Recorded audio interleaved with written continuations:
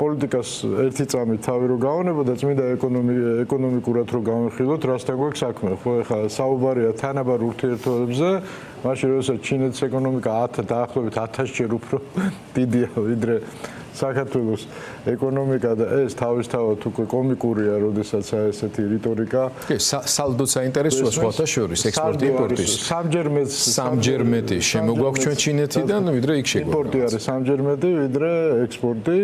ეს არის და შემიძლია გითხრათ, რომ აი მაგალითად, ხო, ქვეყნები, სადაც იგივე აი სხვა ტიპის პროექტები შედის ჩინეთი და გარკვეულ გავლენას, ეკონომიკურ გავლენას მოიპოვებს რა ქვეყნებია, აი მაგალითად აფრიკის დაახლოებით 10 ქვეყანაში არიან ისინი შესულები, აი ესეთ სტრატეგიული თანამშრომლობით, 10-ვე ქვეყანა არის ესე რომ ვთქვათ გაუბედურებული, გაღატაკებული მოსახლეობა და მდიდარი ელიტა, პოლიტიკური ელიტა. აი ესეთ ქვეყნებთან გვაქვს საქმე, ფაქტობრივად ეკონომიკის გავლით მე კონტროლდება პოლიტიკაც და ამ შემდეგ და ამ შემდეგ. თუმცა საქართველოსთან მიმართებაში აქ სპეციფიური საკითხია, ხო, ეხა პირდაპირ რუსეთს ვერ გამოაჩენენ და ჩინეთი ერთგვარი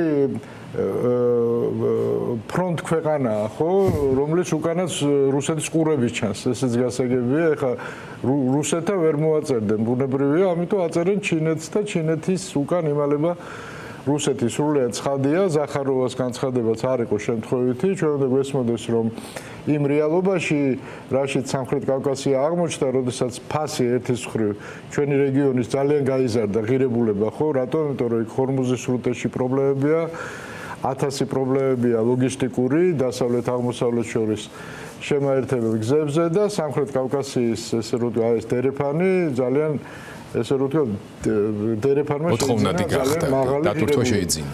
ამ დროს რა ხდება, ხო? ხდება ის, რომ სომხეთი, ნუ გასაგებია, რომ ცალსახად ევროპულ არჩევანს აკეთებს არჩევნების შემდეგ, ანუ პროცესმა ერთგვარი შეუქცევადი ხასიათი მიიღო. აზერბაიჯანი უკვე დიდი ხანია რუსეთის გავლენიდან გამოსულია, ხო, მას ყავს ძლიერი პარტნიორი თურქეთის სახით და გასაგებია, რომ ეს ისიც დაკარგა რუსეთმა და ერთადერთი კოზირი, რაც დარჩა სამხრეთ კავკასიაში, აი რამდენადაც აბსურდულად არ უნდა გვეჩვენებოდეს, ხო? თუ აი 3-4 წლის წინ გავიხედავთ, წარმოუდგენელი იყო, ეხლა მე რასაც ვამბობ, ხო, აი ეს აზრათაც კი გამევლო და აი ყველაზე ისეთ აი როგორ გითხრათ რა, აი კოშმარშიც კი მენახა, ხო, რა რეალობაში ცხოვრობთ. ბოლო კოზირი არის საქართველოს. ეხლა რუსეთი, რა თქმა უნდა, შეეცდება ამ კოზირის გათამაშებას, აუცილებლად ეცდება, იმისათვის რომ რაღაცნაირად შეინარჩუნოს გავლენა კავკასიაზე, ხო? ეხლა სანამ ზანგეზურის დერეფანი გაჭრილია, მანამდე იგივე სომხეთისთვის საქართველო არის საკვანძო, ხო? შეიძლება ითქვას საცოცხლოდ მნიშვნელოვანი ქვეყანა გამომდინარე იქიდან, რომ გარე სამყაროსთან კომუნიკაცია საქართველოს გავლით ხდება და ეს სერიოზულ პრობლემას არ მოადგენს საბოლოო ჯამში სომხეთისთვის და რისკი იმისა, რომ რუსეთი შეეცადოს საქართველოს ხელისუფლება გამოიყენოს გარკვეული პრობლემების შესაქმნელად სომხეთში არის საკმაოდ მაღალი. საკმაოდ მაღალი, ნუ მე იმედი მაქვს, რომ ამაზე ხელს არ მოაწერენ, თუმცა ეხლა მე რო უსმენ დღეს თუნდაც დღევანდელ რიტორიკას, ხო, უკვე ამ მიმართულებითაც გარკვეული შფოთები მეწყება, როდესაც საუბარია შეერთებულ შტატებზე, რომელსაც რამდენიმე მილიარდი, ხო, ეხლა რიცხვებით რო არ დავიწყოთ საუბარი და მე არ მითხრა ბიზნესს აქვს მარტო 3 მილიარდი სისულელეები რო არ მოვისმინო, ხო? ინვესტირებული ამ ქვეყანაში არა მხოლოდ ყველა მიმართულებით, ჰუმანიტარული მიმართულებით, პოლიტიკაში, უსაფრთხოების სისტემა, ინფრასტრუქტურა, განათლება, კულტურა, რესტავრაცია. და თურმე მარტო ქაღალდზე ყოფილა ეს ჯანმრთელობა, ბევრს ავიწყდება და მინდა კიდევ ერთხელ შევახსენო ჩვენს მოსახლეობას, C-ჰეპატიტის ელიმინაცია მთლიანად შეერთებული შტატების მთავრობამ დააფინანსა 100,000-ობით ადამიანი რო გადაარჩინა და ჯანმრთელობა შეუნარჩუნა. აქ არის საუბარი მართლა მილიარდებზეა. მილიონებზე კი არა, მილიარდებზეა მარტო ამ სფეროში, ჯანდაცვაში.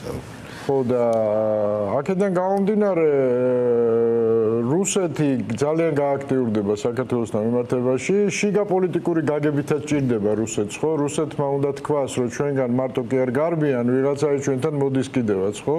ერთად სამხრეთ კავკასიაში ესეც საქართველოს დარჩა, აზერბაიჯანი უკვე წასულია, სომხეთიც წავიდა ფაქტიურად.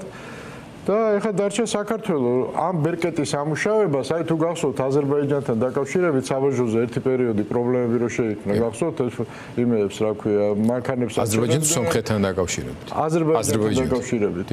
ეს მაშინ მოხდა, როდესაც აზერბაიჯანის პრინციპული პოზიცია გამოჩნდა რუსეთთან მიმართებაში. გახსოვთ იყო ესეთი ეპიზოდი და იმ პერიოდში დაიწყო ძალიან უცნაური მოძრაობები საბაჟოებზე, ქართული მხრიდან. აჩერებდნენ ამ აზერბაიჯანულ მანქანებს, ეუბნებოდნენ წადით და ზანგეზურით იარეთ. იგი აი სოლების ინტერვიუები გამახსენდა ზუსტად. ხო? და ეს ხო შემთხვევით არ ხდება ეგეთი რაღაცები, ხო? მე არ ვიტყვი რომ ეხლა მთლიანად ხელისუფლება იყო ამას ჩართული, მაგრამ რუსეთის გავლენის აგენტურა სერიოზულად მუშაობს. ეგ არის შესაბამისად ხელისუფლება ვისაც ეძახის აგენტს, ის კი არ არის აგენტი სინამდვილეში, ხო?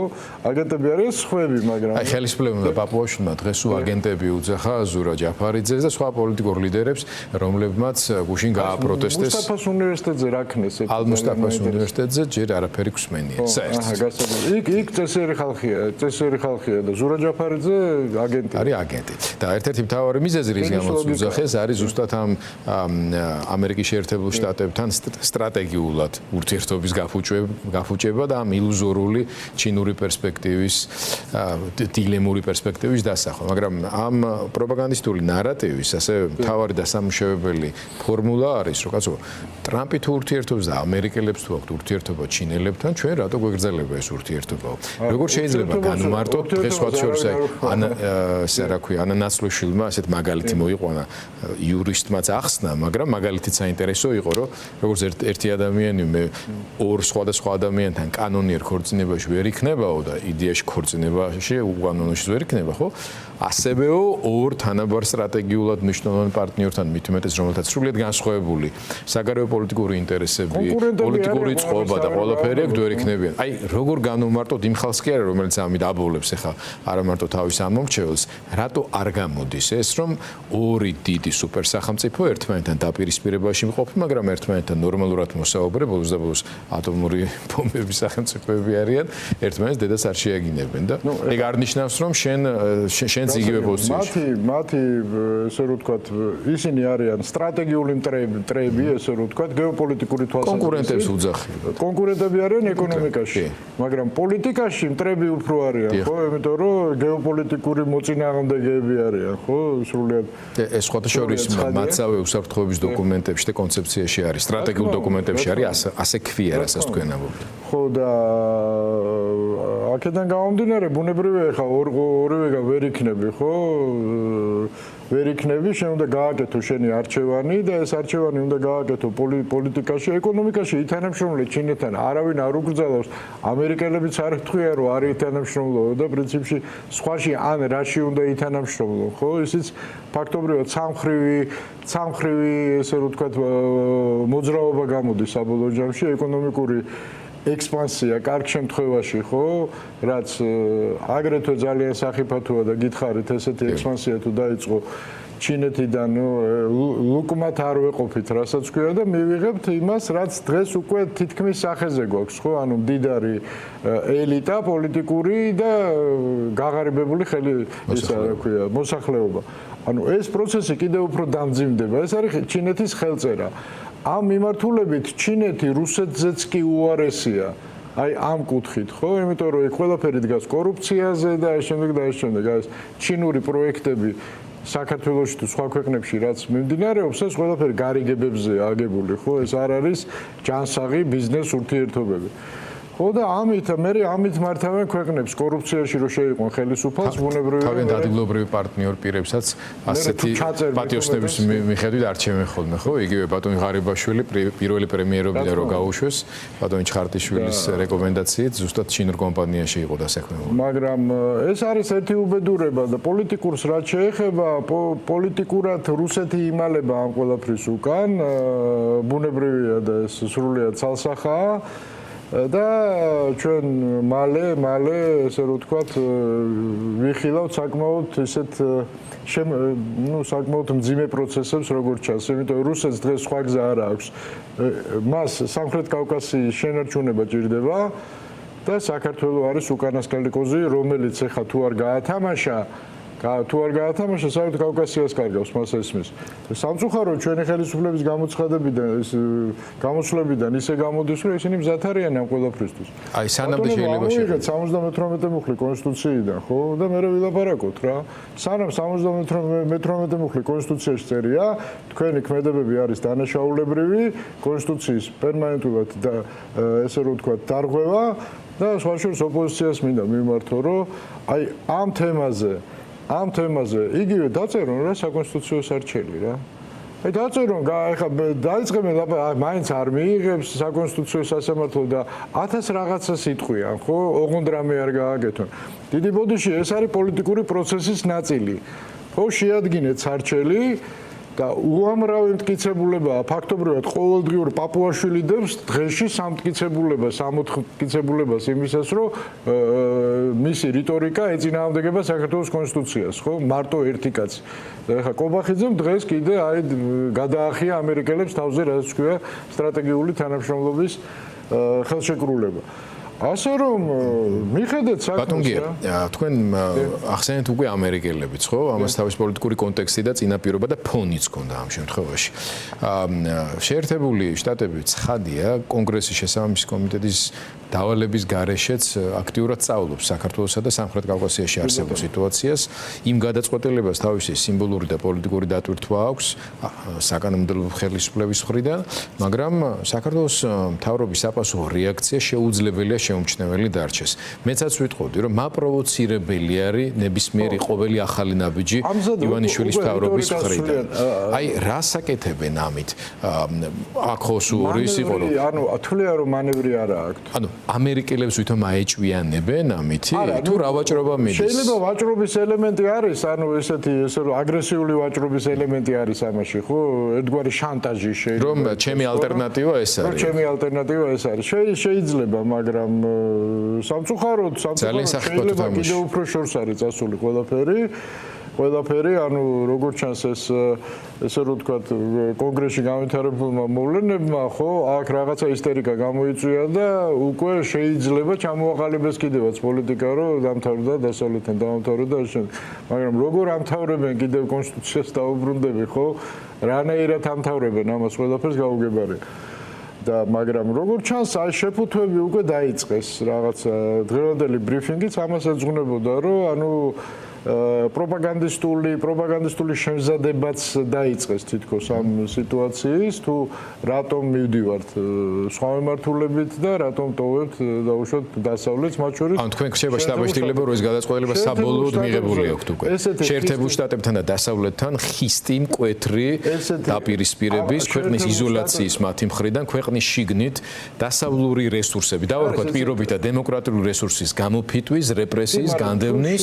და აქეთ ავტორიტარულ სისტემებთან აქტიურ თანამშრომლობას. ნიუანსია უბრალოდ აი დავამატებ ხო ჩვენ დღეს ვილაპარაკეთ და ეხაც გეტყვით რომ ბოლო პერიოდის განმავლობაში აქტიურად ცდილობდა ხელისუფლება რომ ამერიკელებთან რაღაც ურთიერთობები დაელაგებინა ხო ამას ვაკვირდებოდით ჩვენ რამდენიმე თვის განმავლობაში მე ვიცი რომ ესეთი იყო დავალება მიცემული დიდი რესურსი იდებოდა მთელ ამ პროცესში მეცაც გეტყვით რუსეთთანაც შეთანხმებული იყო ეს საკითხი და რუსები ამის წინააღმდეგი არ იყვნენ, იმიტომ რომ რუსები თავის მოსახლეობას აბოლებენ რომ ჩვენ ამერიკელებთან ვლაგდებითო, ნუ ტრამპის ამერიკასთან ვლაგდებითო და ჩვენ ხელისუფლებას უთხრეს რომ თქვენს დალაგდითო რაღაცნაირად და ესენი ალაგებდნენ.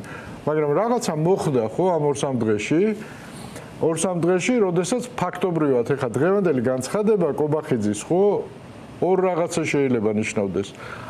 საერთოდ დაამთავრეს ამერიკელებთან ლაპარაკი და ამას რა შედეგები მოყვება ჩვენ კარგად ვიცით, ან კობახიძე აუჯანყდა საბოლოოდ ბიძინას, ხო? ანუ ათეიზმში საბოლოოდ გადავარდა რაღაც ესე რომ თქვა. ამის ალბათობა ძალიან მცირეა ჩემი აზრით, ხო? და ამ პირველ ანთან რო დავბრუნდეთ, ანუ საბოლოოდ ჩათვალეს რომ არ გამდის არანაირი. ძალიან ძიმე გამონათქვამია, როდესაც პრემიერ-მინისტრი ნიკანდროსის მცდელობა იყო ბოლო, ხო, ეს ცნობილი სტივ ნიკანდროსი, ფრონტერას ნახევარწინებელი, ვილსონმა შემთხვევით არ გააჟონინა ამერიკულ მედიაში ამ ინფორმაციას, ეს ღია ნიშანი, რომ ნურს კი ცდით ამ ხერხლობის დამთავრებული ეს ამბავი და ესენი მიხვდნენ, რომ ის ლობისტური რესურსები, რომელიც ჰქონდათ, აღარ არსებობს, ამოწურულია. აი, რა საფრთხის მასშტაბი არის ამ შემთხვევაში?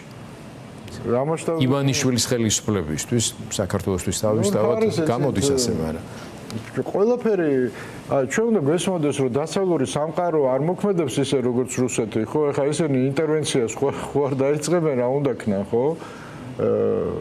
მათ შეუძლიათ აქ მიმდინარე პროცესს მიეხმარონ, ერთი ეს შეუძლიათ.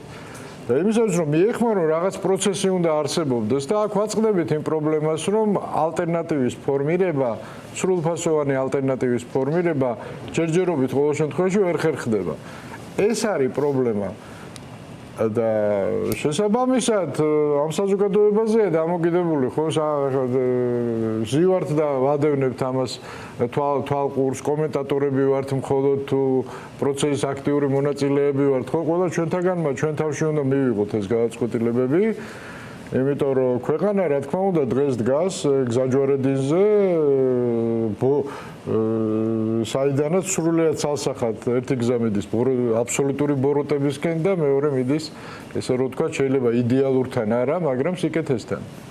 ბატონო, თქვენი ცნობილი იმდენად პროგნოზი არა, მაგრამ ერთ-ერთი ეს თქვა პოლიტიკური წინასწარმეტყველება უკავშირდებოდა ივანიშვილის სათამაშო რესურსებიდან გამომდინარე და როლებიდან გამომდინარე მის აჭადრაკო დაფაზე კობახიძის გამოყენებადობის ხარის.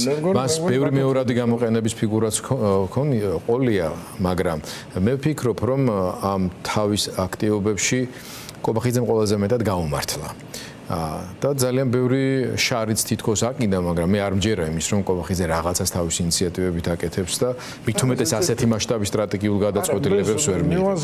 მაგრამ აი ერთსაც დავამატებდი, ამ შეკითხვაზე პასუხი თქვენი საინტერესო იქნებოდა, განსაკუთრებით ამ ბოლო ორდღიანი ივანიშვილის ესეთი სრულიად არამოტივირებული იქების ხო, უცნაური სულ არ ყოფილა, მაგრამ მისი ინტენსივობის, შინაარსის, სტატუსის, ყველაფრის გათვალისწინებით რაღაც აშკარად ხდება.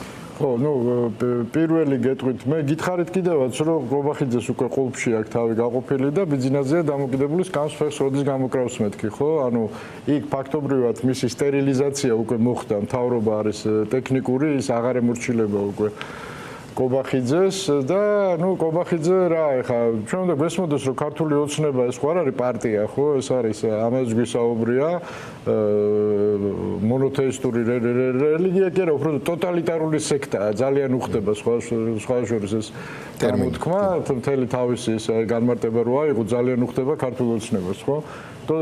ერთი ღმერთი და დანარჩენი ყველა არის ესე რო ვთქვათ მრევლი, ხო? და როდის იწყებენ გაძლიერებულ ლოცვას, როცა რაღაცა უჭირთ და ღმერთს რაღაცას თხოვ, ხო, როცა გიჭირს რაღაცა თხოვ ღმერთს, აი დაახლოებით ამ პოზიციაშია დღეს კობახიძე, წულუკიანი და ასე შემდეგ და ასე. რაღაცა ხდება, კი ბატონო, ხდება ის, რაც პროგნოზირებადი იყო მანამდეც და აი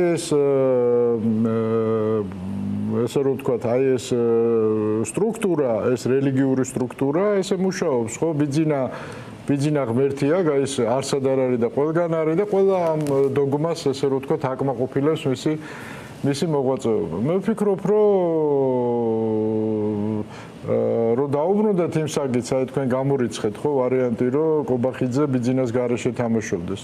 კი ბატონო, ნაწილობრივ დაგეთანხმებით, მაგრამ ბიძინა შეიძლება სპეციალურად ათამაშებს სამმართველობით და თვითონ სავაჭროს იტოვებს.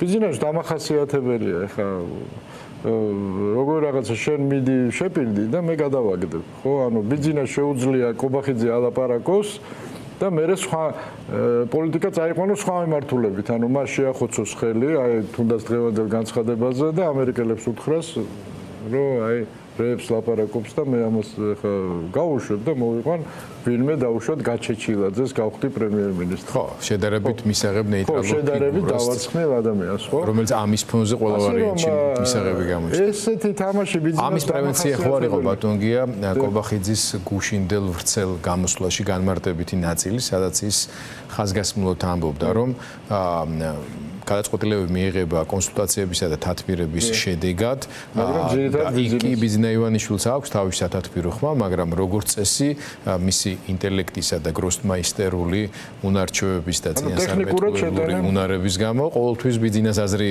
იმარჯვებს. ანუ ბიზნეს garaში არც ერთი გადაწყვეტილება არ მიიღებაო. არა, რანაირად გამოუეგებო. ბიზნა იღებს გადაწყვეტილებას. ეს კონსტიტუციის მეორე დარღვევაა სხვა შორის.